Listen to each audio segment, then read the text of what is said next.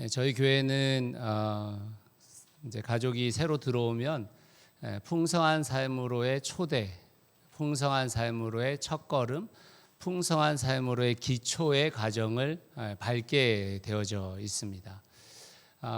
풍성한 삶으로의 초대 첫 번째 받는 것은 회심에 대한 이야기예요.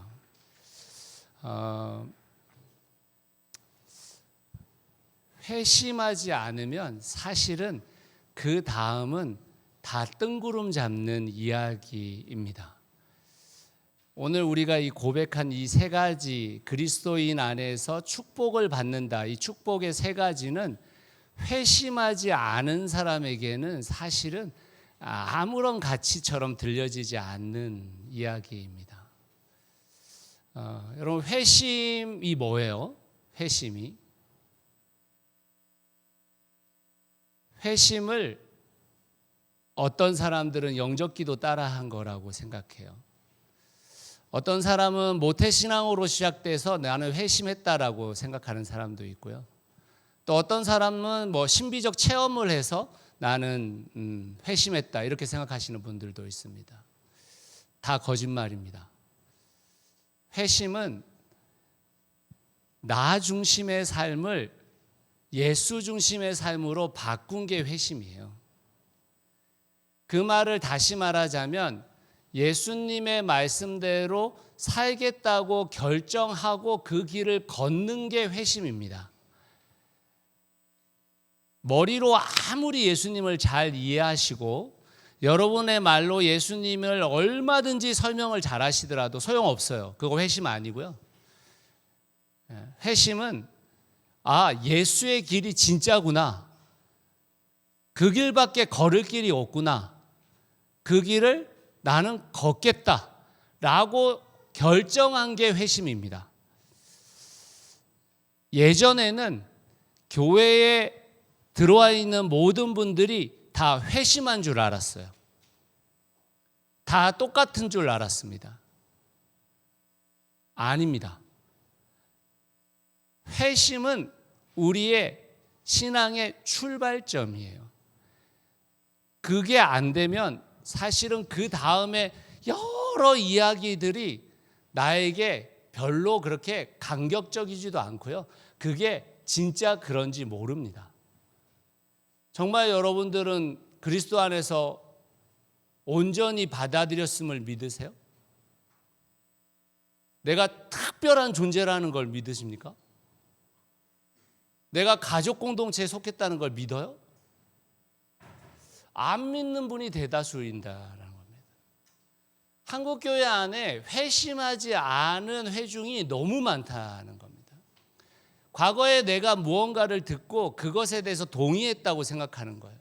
그리고 내가 그것 때문에 내 인생에서 나 이게 주일날 와서 예배 드려, 나 헌금해, 나 뭐해, 나 봉사해, 이게 회심인 줄 알아요. 전혀 그렇지 않습니다.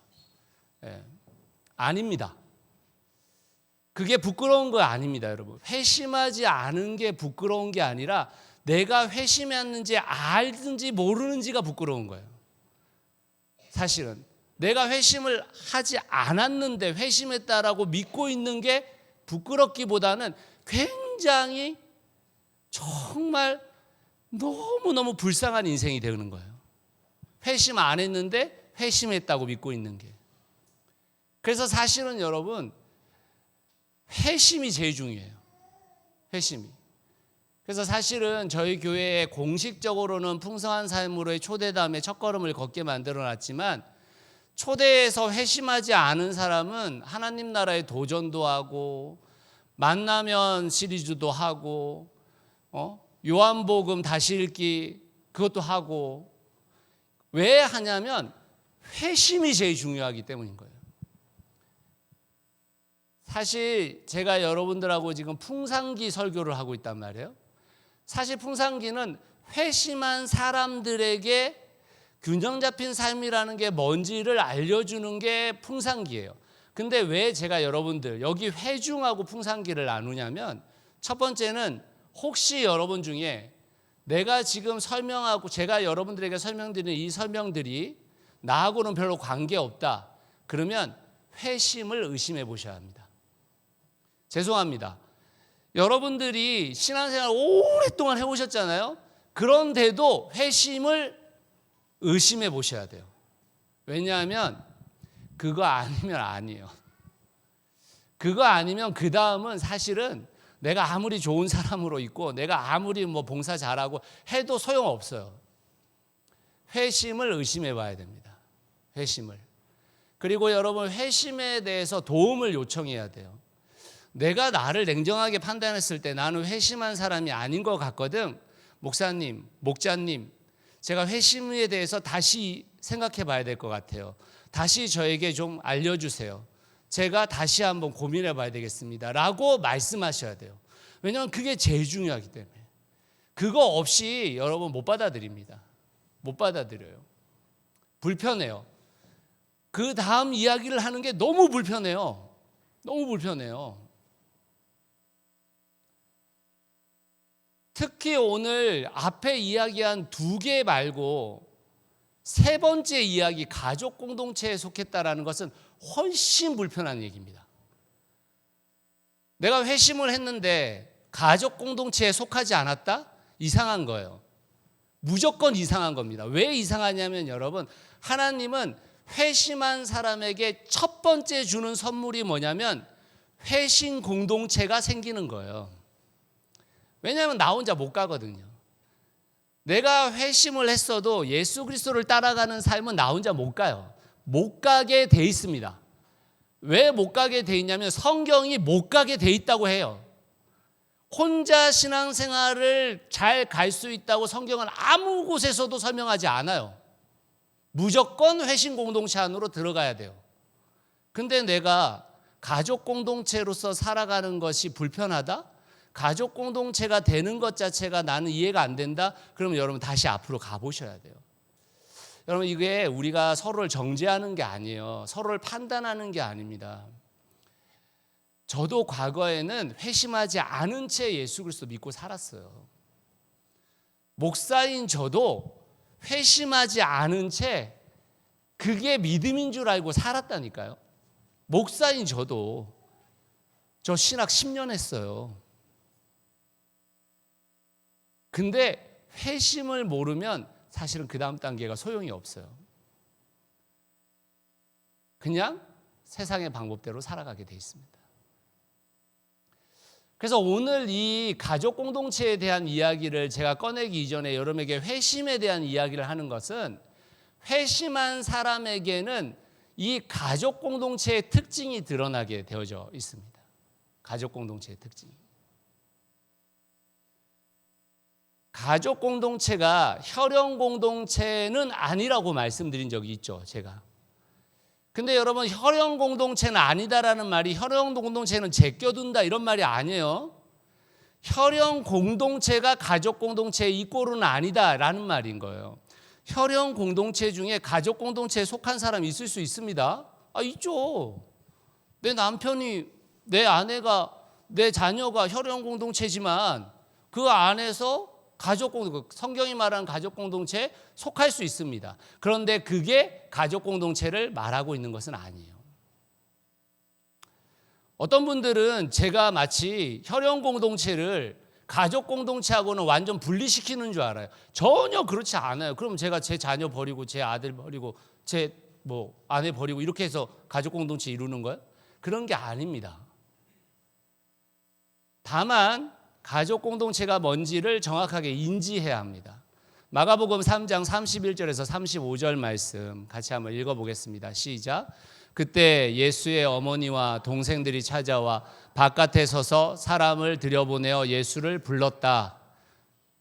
무리가 예수의 주위에 둘러앉아 있다가 그에게 말하였다. 보십시오. 선생님의 어머니와 동생들과 누이들이 바깥에서 선생님을 찾고 있습니다. 예수께서 그들에게 대답하셨다. 누가 내 어머니이며 내 형제들이냐? 그리고 주위에 둘러앉은 사람들을 둘러보시고 말씀하셨다. 보아라, 내 어머니와 내 형제 자매들이다. 누구든지 하나님의 뜻을 행하는 사람이 곧 내 형제요 자매요 어머니다. 성경이 말하는 가족 공동체는 하나님의 뜻을 행하는 사람들의 모임을 말하는 거예요. 우리가 두 번째 받아들인 특수한 사명을 가진 사람들이 특별한 존재라고 했잖아요. 그 하나님의 뜻을 이 땅 가운데 살아내고자 하는, 예수의 길을 나의 길로 여기고 살아가는 사람들의 모임이 가족 공동체입니다. 다시 말하자면 여기에서 예수님께서 지금 이 마가복음 3장에서는 예수님의 어머니와 예수님의 형제 자매를 나의 형제 자매가 아니요 나의 어머니가 아니라고 했어요. 왜 그랬냐면 지금 이 장면에서는 그 어머니와 형제들이 왜 찾아왔냐면 예수가 걸어가는 그 길을 반대하려고 찾아온 거예요. 예수가 걸어가는 그 길 때문에 어머니와 형제 자매가 유대 공동체에서 어려움을 겪고 있기 때문에 그렇게 하지 마 하고 왔기 때문에 지금 저 말을 한 거예요. 나중에 예수님의 어머니와 형제 자매들은 예수 그리스도가 말씀하시는 하나님의 뜻을 행하는 사람들이 됐습니까? 안 됐습니까? 됐죠. 그게 가족 공동체라고요.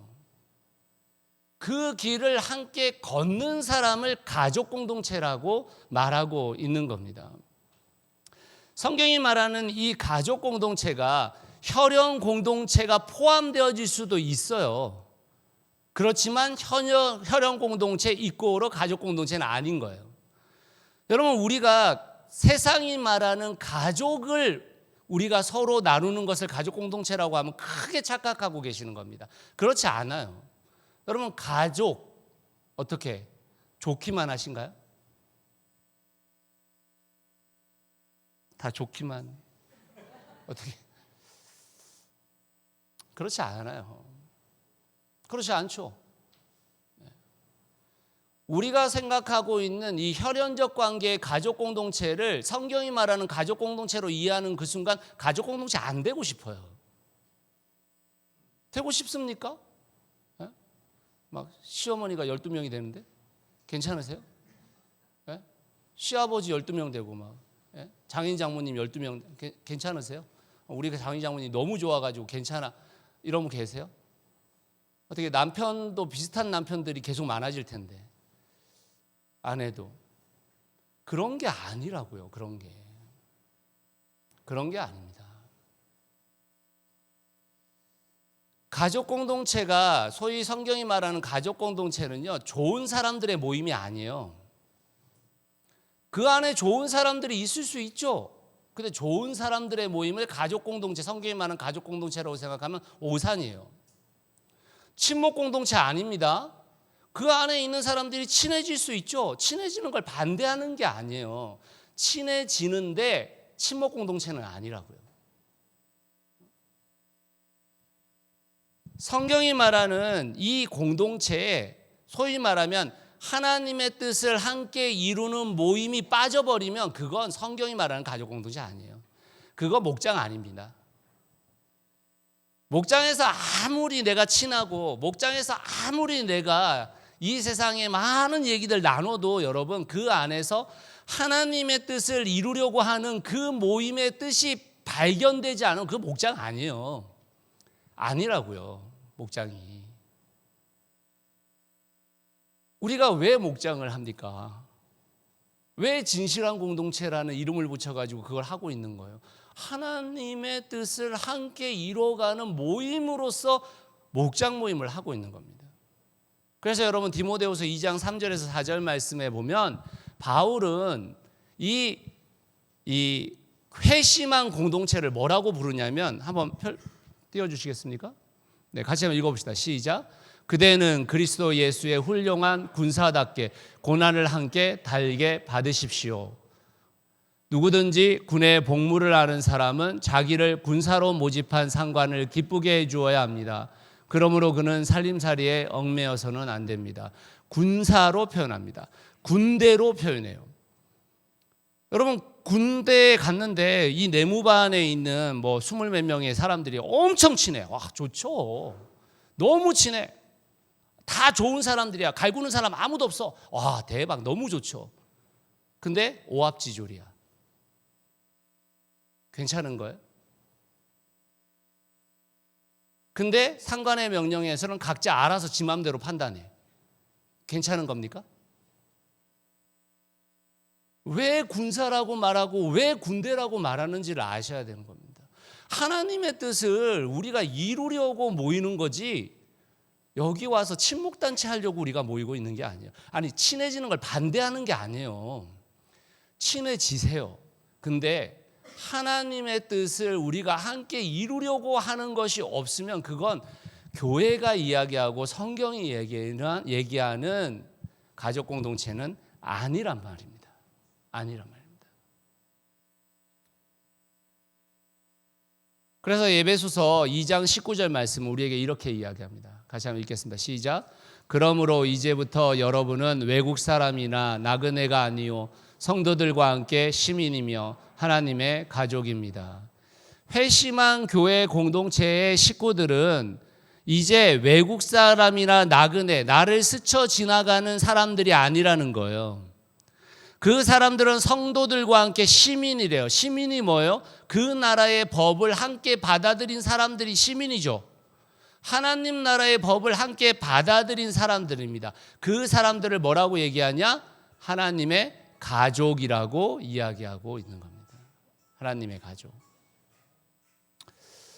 교회가 모여진 우리는 아무나 가족 공동체의 축복을 누리는 게 아니에요. 제가 아까도 말씀드렸지만 예수 그리스도의 길이 나의 길이라 여기고 예수 그리스도를 따라 살아가는 사람들의 모임이 가족 공동체입니다. 그 가족 공동체의 복을 누리게 돼 있습니다. 자, 근데 이 가족 공동체에 속한 사람들에게는 특징이 나타나요. 특징이. 첫 번째 특징은 뭐냐면 모든 사람을 수평적 관계로 생각하는 겁니다. 모든 사람을. 고린도전서 12장 27절 말씀을 같이 한번 읽어보겠습니다. 시작. 여러분은 그리스도의 몸이요 따로따로는 지체들입니다. 다시 말하자면 우리가 한 몸이래요. 여기서의 한 몸은 예배 드리는 사람 모두를 지칭하는 게 아닙니다.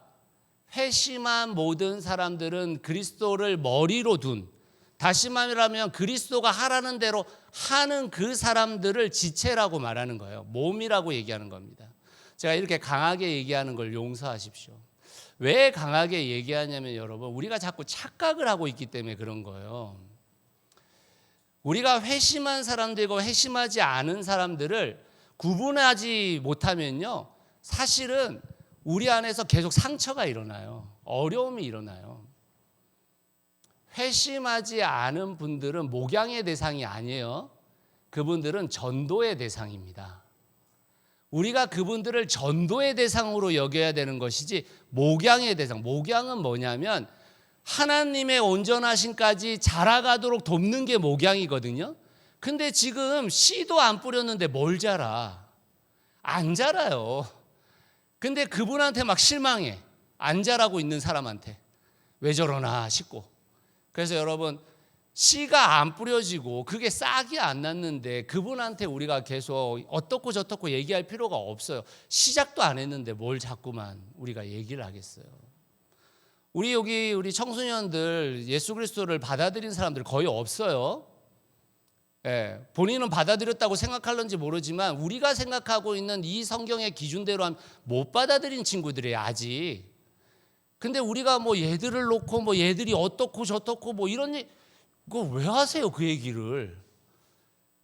아니, 지금 씨도 안 났는데 싹도 안 났는데 그 싹을 자꾸 밟아버리려고 하세요. 그러면 안 되는 거예요. 똑같아요, 여러분. 성도들도 싹이 안 났는데 자꾸 우리가 거기다 대고 이래야 된다 저래야 된다 이런 얘기 하면 안 돼요. 그런 게 아닙니다. 싹 나고 이제 좀 잘하려고 하는 사람에게 함께 잘 자라자 해야 되는 거지. 근데 여러분, 이 가족 공동체에 속해 있다고 생각하는 사람들은 수평적 관계를 이루는데 그 수평적 관계라는 게 뭐냐면 소위 말하면 나이와 직분 따지지 않는 거예요. 빈부의 격차로 서열을 나누지 않는 겁니다. 학력과 지위에 의해 사람을 구분하지 않는 거예요. 그래서 여러분, 에베소서에 나오는 교회론의 두 번째 교회론이 막힌 담이 허물어지는 게 교회다 이렇게 얘기하고 있는 거예요. 남자와 여자 막힌담, 종과 주인의 막힌담, 유대인과 헬라인의 막힌담, 세대가 분리되어진 그 막힌담, 그거 다 허무는 거예요. 허무는 거. 여러분 죄송합니다. 저도 이제 저희 교회에서는 나이가 많은 축에 속하기 때문에 여러분 나이가 드신 여러분 교회가 와서 여러분들을 섬기기를 바라신다면 큰 오산이십니다. 왜 큰 오산이냐면요, 여러분 하나님의 나라를 우리는 교회에서 실현하려고 하는 거잖아요. 그러면 여러분들이 죽어서 갈 그 하나님의 나라를 좀 생각해 보세요. 그걸 갖다가 여기다 갖다 놓으려고 하는데 여러분 거기 갔는데 나이 따질까요? 나이를 따지면 거기가 천국입니까? 지옥입니까? 잘 생각해 보세요, 여러분. 아마 여러분들이 지금 저 하늘에 올라가면 그걸 나이로 따지자면 여러분들이 지금 그 위에 엄청난 인간들이 있을 텐데, 에? 그 하나님 나라에 먼저 입성했다고 생각되어진 사람 엄청나게 많을 텐데 어떻게 텃세 부려도 괜찮겠어요? 그분들이 여러분들한테 이 어린 놈의 자식이 이래도 괜찮으시겠어요? 여러분 그런 게 아니라고요. 교회가 제가 지금 어른을 공경하지 말라는 게 아니에요. 여러분 젊은 식구들이요, 제발 부탁입니다. 인간답게 좀 사세요. 네? 어른을 보면 인사를 하고 어른을 보면 함께 해야지. 그런 게 여러분 진짜 이상한 거예요. 제가 이런 얘기하면 뭐 젊은이들 편에 드는 줄 알아요. 그게 아니고 여러분 수평적 관계라는 것은 아무리 어린 사람이라도 아무리 나이 든 사람이라도 상관없이 하나님의 형상으로서 그 사람을 존귀하게 여기는 거예요. 그가 어리기 때문에, 나이가 들었기 때문에, 돈이 많기 때문에, 돈이 적기 때문에, 또는 뭐 학력이 있기 때문에, 지위가 있기 때문에 어떻게 되고 이런 게 아니라고요. 수평적 관계를 이루는 겁니다.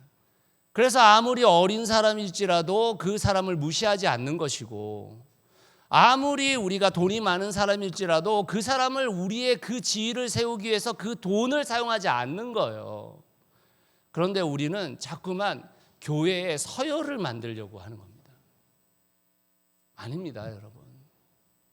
어떻게 서열로 하면 제가 제일 높은 거예요? 서열로 하면 목사가 제일 높은 겁니까? 네?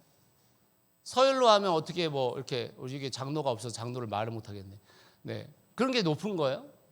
그런 게 아니라고요. 그런 게 우리는 서로를 존중하고 존대하며 함께 걸어갈 사람으로 여기고 살아가는 겁니다. 저기에 있는 아주 어린 어린아이도 하나님의 존귀한 형상으로 창조된 존재라고 인식하고 그 아이를 우리가 존중하는 겁니다. 그런 존중 아래서의 수평적인 것을 말하는 것이지 우리가 뭐 우리의 삶 가운데서 존중하지 않아도 되고 이런 걸 또 말하는 게 아니란 말입니다. 근데 여러분 한국교회는 정말 무례한 사람들이 많아요. 한국교회는. 또 무례한 사람을 좋아한다? 카리스마 있다고? 참 희한해요. 목사 중에 무례한 사람이 얼마나 많은지 몰라요. 뭐 하나님 까불지 마 이런 말을 하는데도 그 사람 따라다녀. 너무 웃기는 인간들이에요. 아니 그리스도인이 어떻게 그렇게 목사가 말하는데 그걸 목사라고 여기고 있는지 너무 이상한 얘기인 거예요. 너무 무례한데 너무 무례함에 열광해. 너무 이상한 겁니다. 너무 이상한 거예요. 또 여러분 이 한국교회의 젊은이들 얼마나 경솔합니까? 세대 간의 분열을 조장해요. 내가 지금 나의 어른들을 욕하는 것을 아무렇지도 않게 생각해요. 여러분 그거 다 사단이 하는 짓이에요. 다 사단이 하는 짓입니다. 여러분 성경이 하나님께서 뭐라고 했어요? 어른을 공경하라고 했잖아요. 여러분 존중하라고 한 거 아닙니다. 존경하라고 말한 거 아니에요. 존경 못해요. 쉽지 않아요. 근데 여러분 공경하라잖아요. 근데 그 공경을 무시해요. 젊은 사람들이. 여러분 성경은 우리가 성경을 우리의 삶으로 받아들이는 겁니다. 성경을 우리 삶으로 받아들이지 않는 것은 회심하지 않은 거예요. 한국교회는 이 회심한 사람들을 만나기가 쉽지가 않은 것 같아요. 정말 하나님의 말씀을 전인격적으로 모두 다 받아들인 사람들을 만나기가 참 어렵습니다. 함부로 말해요. 함부로.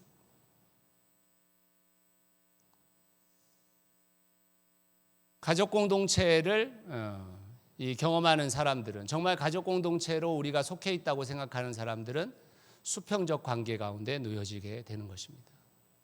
두 번째로 가족 공동체에 이룬 사람들에게 나타나는 특징은 우리가 서로 연결되어져 있다는 것을 아는 거예요.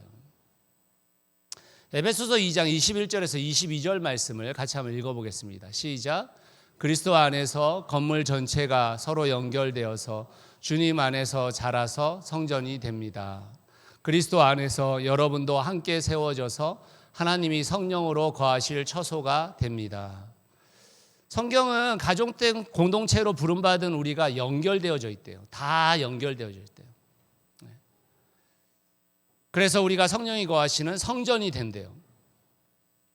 여러분, 에베소서가 주는 분명한 교회란 무엇인가에 대해서 이야기했었을 때 하나님의 뜻을 이루려는 사람들의 연대한 모임이 교회예요. 교회. 그 연결되어짐을 알고 성령 안에 함께 거하기로 노력하는 자들이 교회입니다. 그 성경은 교회로 연결되어진 사람들 속에서 결국 말씀을 깨닫게 만들고 그 말씀으로 살아가는 이들을 돕고 있습니다. 그래서 하나님의 뜻을 이루게 하시고 하나님의 나라를 이루게 하시는 거예요. 그 하나님의 나라는 우리가 우리의 무엇으로 자랑할 수 있는 게 아니에요. 내가 갖춘 무엇으로 자랑하는 것이 하나님 나라 아닙니다.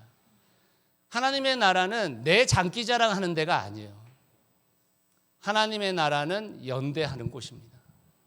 하나님의 나라는 공유하는 것입니다. 그래서 더 높은 지위든 더 가진 자이든 군림할 수 없게 만들어 놓은 것이 교회인 것입니다. 그리스도인으로 살아가면서 이 연결됨을 인지하고 사는 이들의 삶의 태도가 얼마나 달라질 수밖에 없겠어요. 단순한 삶을 지향할 수밖에 없게 되어집니다. 단단하고 단순하고 단아한 삶을 살아갈 수밖에 없게 되어져요. 화려한 삶을 지향하는 게 아닙니다.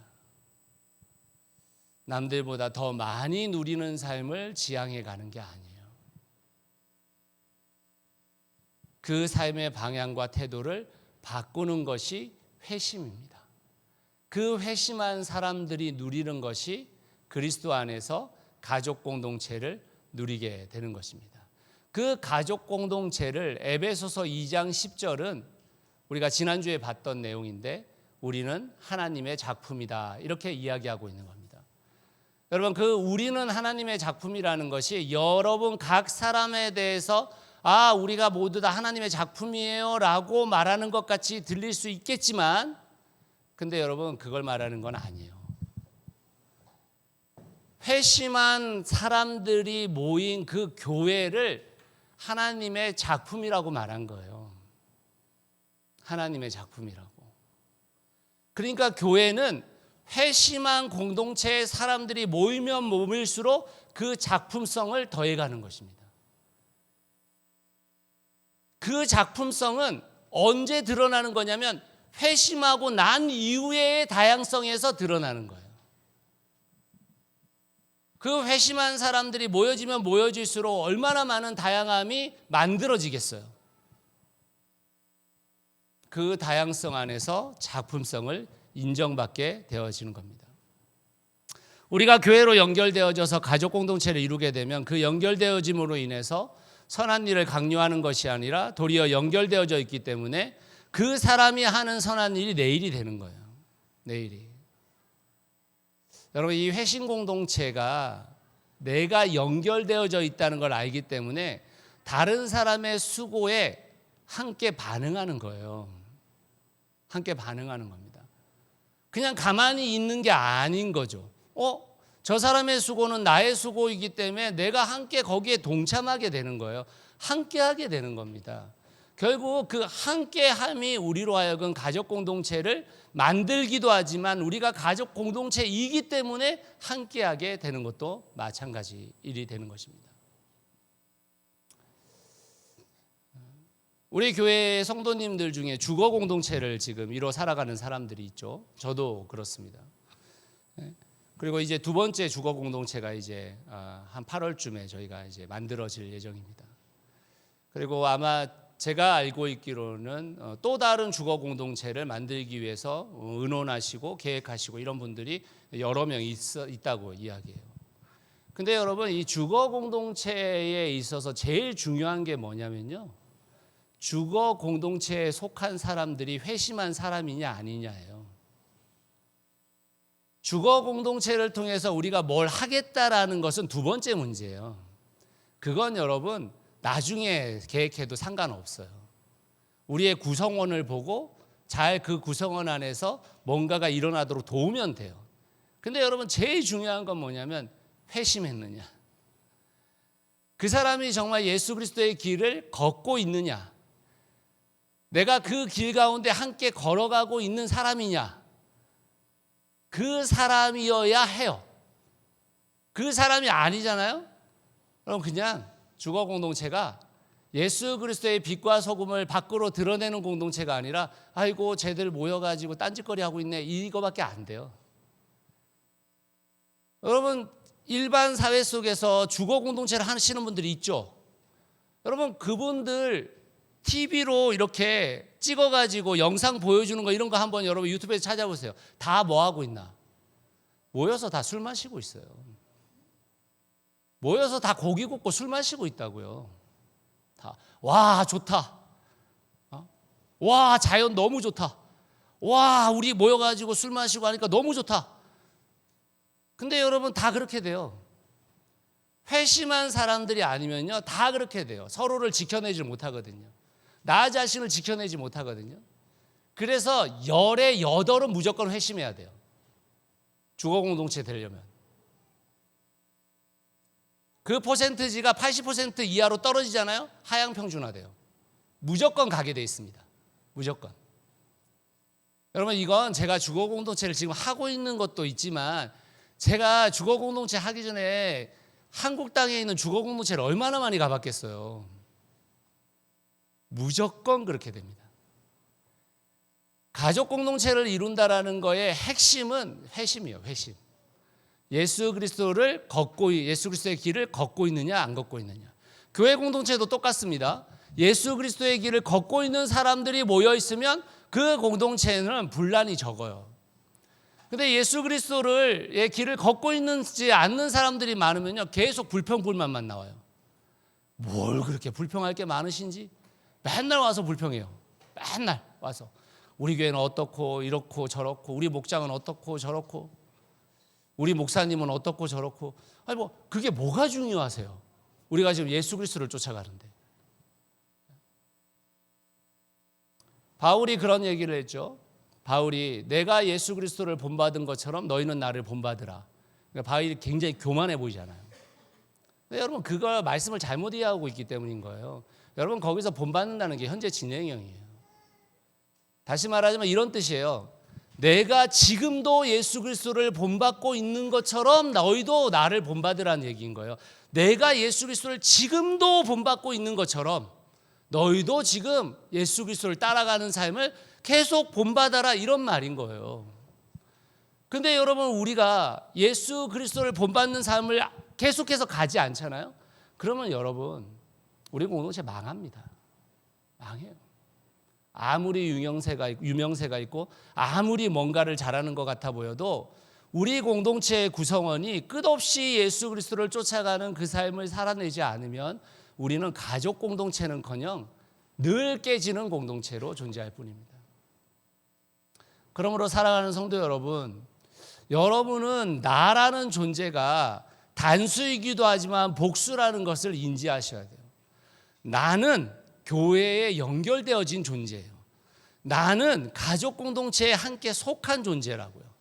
나의 행동 하나하나가, 내 삶의 방향성 하나하나가 결국 우리 교회의 방향성이에요. 우리 스스로가 그것을 알아가야 합니다. 하나님께서 이 세상에 인간을 창조한 이유를 우리는 보통 성경적으로 이렇게 얘기해요. 하나님께 영광이 돌려지기 위해서, 또는 하나님을 찬양케 하려고 우리를 창조했다, 이렇게 얘기합니다. 그러면 여러분, 남자와 여자가 만나서 결혼한 그 가족 공동체는, 가정은 의미가 달라집니까? 하나님의 영광을 위해서 만난 거 아니에요? 하나님을 찬양하기 위해서 우리 가정을 이루는 거 아닙니까? 그럼 교회는 하나님께 영광이 되기 위해서 우리가 교회 되는 거 아니에요? 하나님께 찬양하기 위해서 우리가 교회에 있는 거 아닙니까? 이 찬양을 여러분 지금 이거 찬양이라고 생각하면 오산이에요. 그거 아니에요. 아니 그거 아니에요. 그럼 찬양 못하는 사람은 어떻게 되는 거예요? 그런 게 아니라고요. 찬양이라는 것은 내 삶의 새로운 고백이다. 우리가 새 노래로 찬양하라고 하잖아요. 새 노래로 찬양해라서 되게 기분 나쁘신 분들 많잖아요. 새 찬양할 때마다 난 모르는 걸 왜 이렇게 많이 하나, 이런 생각이 들잖아요. 여러분, 그 새 노래로 찬양하라는 게 저기 있는 새 찬양 갖다 쓰라는 게 아니고요. 내가 오늘 다시 하나님을 경험했었을 때 그 경험이 너무 새로워가지고 그 새로움을 찬양하라는 얘기인 거예요. 내가 어제 경험한 그 하나님을 노래하는 게 아니라 오늘 경험한 그 하나님을 찬양하라는 거예요. 그게 새 노래로 찬양하라는 말이에요. 근데 우리는 그 찬양할 거리가 없어요.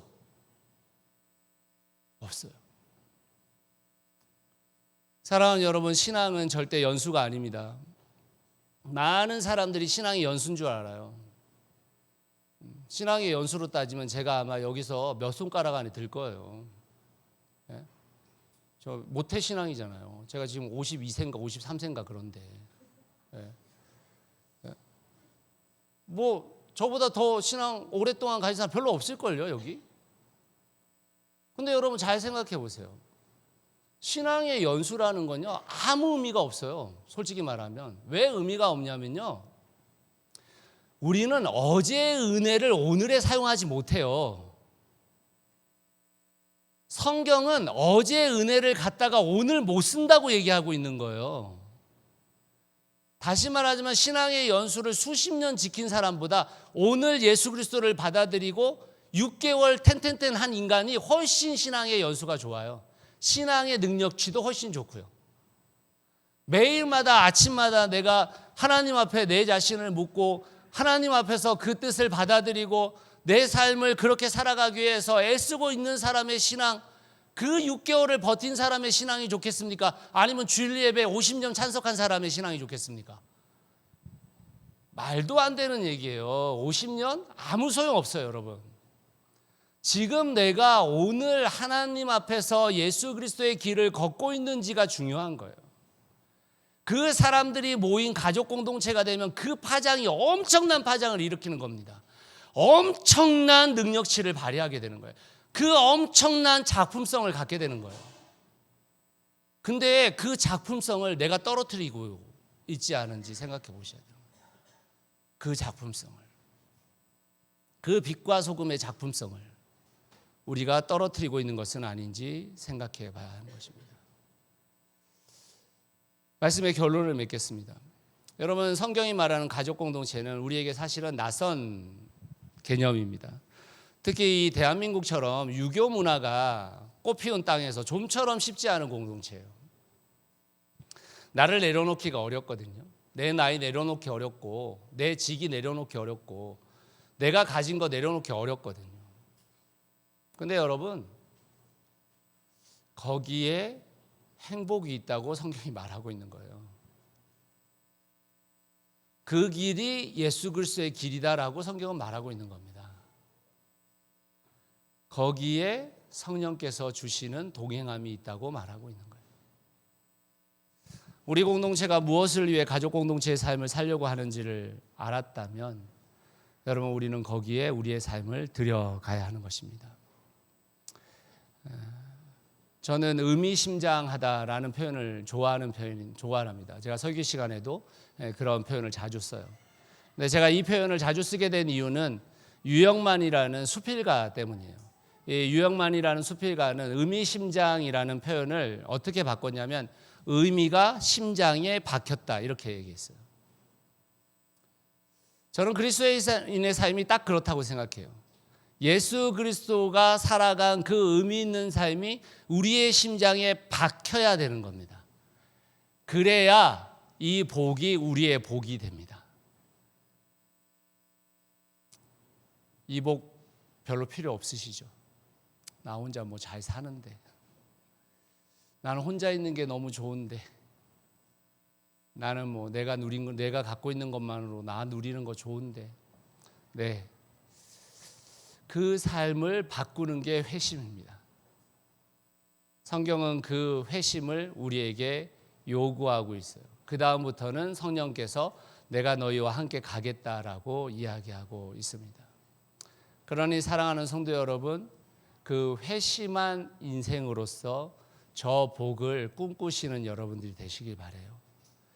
혹시 회심하지 못한 분들이 계시다면 여러분, 우리의 회심이 도대체 무엇인지를 고민해 보셔야 됩니다. 도움을 요청하세요. 신앙생활 아무리 오래 했어도 소용없습니다. 예.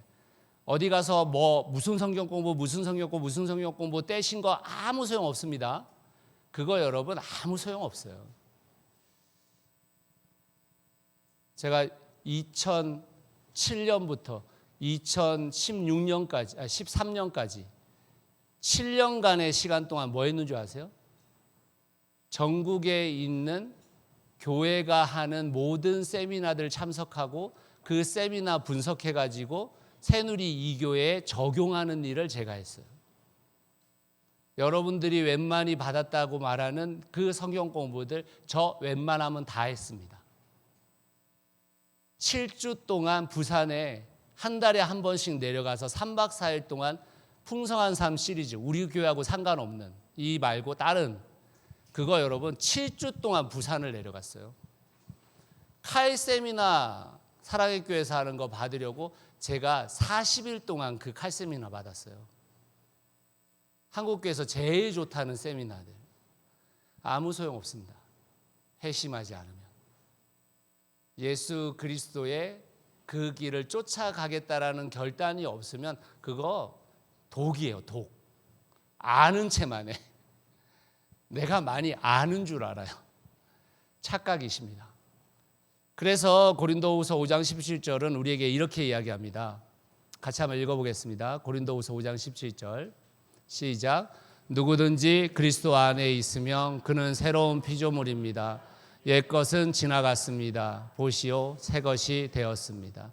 저기서 새로운 피조물이라는 것은 새로운 세계관을 받아들인 사람, 새로운 가치관을 받아들인 사람, 이런 뜻입니다.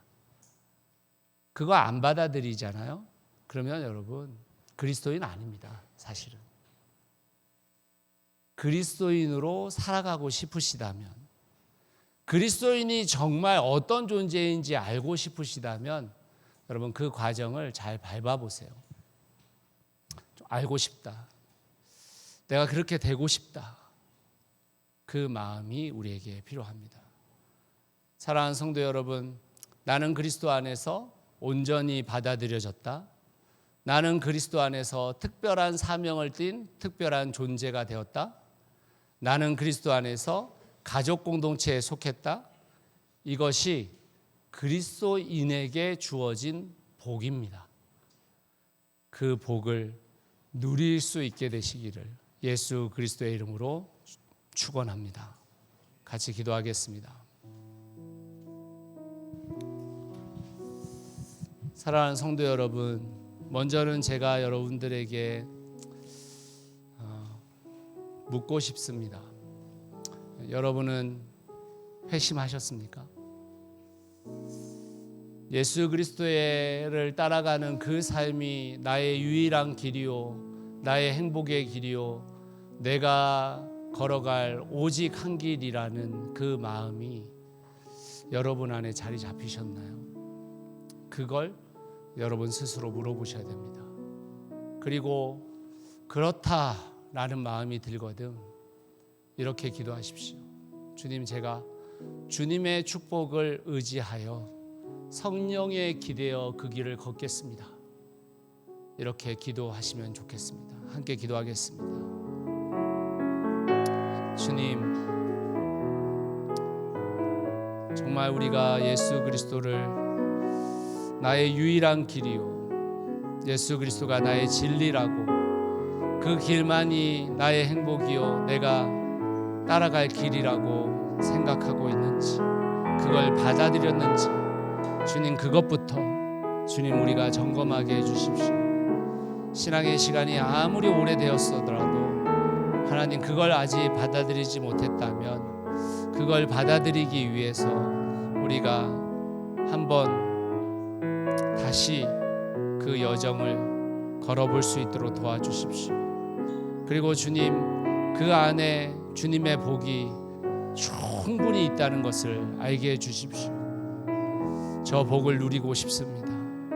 그 복이 우리의 복이 되기를 소원합니다. 주님, 그렇게 우리를 살려 주시옵소서. 우리를 이끌어 주시옵소서. 하나님, 내가 지금 예수 그리스도를 믿고 있는 것은 그 전에 나에게 예수 그리스도를 전해준 사람이 있다는 말입니다. 그 전에 또 그 전에 또 그 전에 예수 그리스도를 전해준 사람이 있다는 말입니다. 그런데 지금 우리가 우리의 다음 세대에게 전달하려고 하는 그 신앙은 그 과거의 믿음의 선진들이 갖고 있었던 신앙과 동일할까요? 혹시 변질되고, 혹시 약화되고, 혹시 내 마음대로 해석된 신앙은 아닐까요? 그래서 혹시 내 다음 세대, 내 자녀들이 그 바통을 받기 싫어하는 것은 아닐까요? 주일마다 와서 여기서 예배를 드리고 있지만 예수 그리스도의 길과는 무관한 길을 걷고 있는 것은 아닐까요? 한 영혼 한 영혼을 예수 그리스도의 그 형상으로 창조되어진 사람으로 여기고 내 아내를, 내 남편을, 내 자녀를, 내 주위에 있는 사람을 대하지 못하고 있는 것은 아닐까요? 주님, 우리의 신앙은 언제까지 하나님 밑바닥에 머물러 있어야 하는 것일까요? 더 있다. 그 깊은 신앙이 더 있음을 주님 우리가 알고 그 깊은 신앙으로 우리를 초대해 주신 그 주님의 핏값을 헛되이 사용하지 않도록 주님 우리를 인도하여 주시옵소서. 더 깊은 그 주님과의 교제와 그 인격적 관계가 우리 가운데 친밀하게 이루어질 수 있기를 간절히 소원합니다.